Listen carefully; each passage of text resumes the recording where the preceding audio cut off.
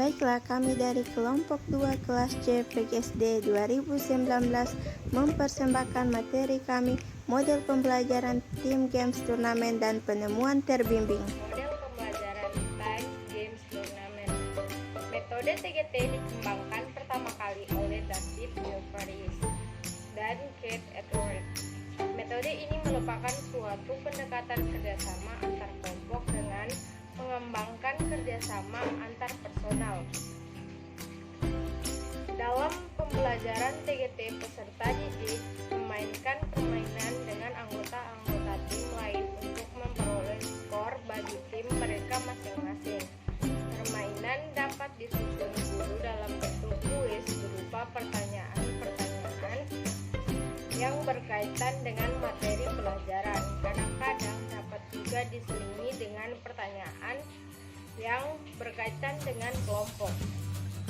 Baik, pada kesempatan ini kita akan menjelaskan materi mengenai penerapan model pembelajaran tim games turnamen. Secara umum, ada 5 komponen utama dalam penerapan model tim games turnamen, yaitu yang pertama, penyajian kelas, yang kedua, belajar dalam kelompok, yang ketiga, permainan, yang keempat, pertandingan atau lomba, dan yang kelima, penghargaan kelompok. Baik, di sini saya akan menjelaskan tentang implementasian model pembelajaran TGT, di mana yang pertama, 1. Pembelajaran kepada siswa, 2. Pembelajaran dengan suasana berkompetisi, 3. Pembelajaran bersifat aktif, di mana siswa berlomba-lomba untuk dapat menyelesaikan persoalan. Yang keempat, pembelajaran diterapkan dengan mengelompokkan siswa-siswa menjadi tim-tim. Yang kelima, dalam kompetisi diterapkan sistem poin. Yang keenam, dalam kompetisi disesuaikan dengan kemampuan siswa atau dikenal dengan kesetaraan dalam kinerja akademik.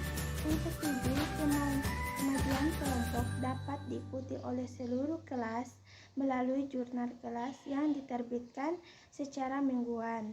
Yang kedelapan, dalam pemberian bimbingan guru mengacu pada jurnal. Dan yang kesembilan adalah adanya sistem penghargaan bagi siswa yang memperoleh poin banyak.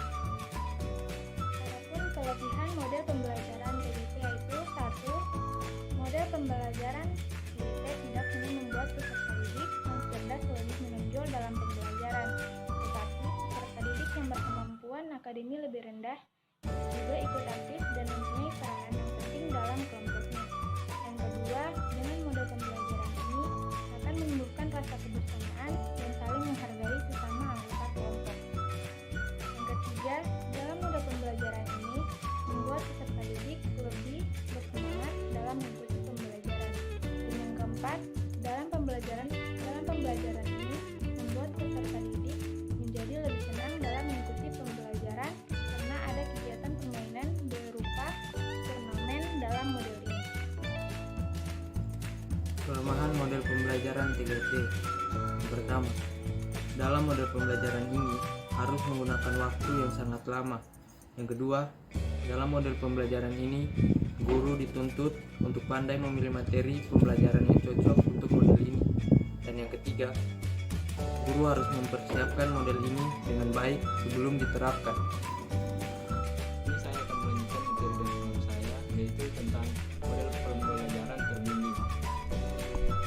Model penemuan terbimbing adalah model pembelajaran yang dimana siswa berpikir sendiri sehingga dapat menemukan prinsip umum yang diinginkan dengan bimbingan dan petunjuk dari guru berupa pertanyaan-pertanyaan yang mengarahkan.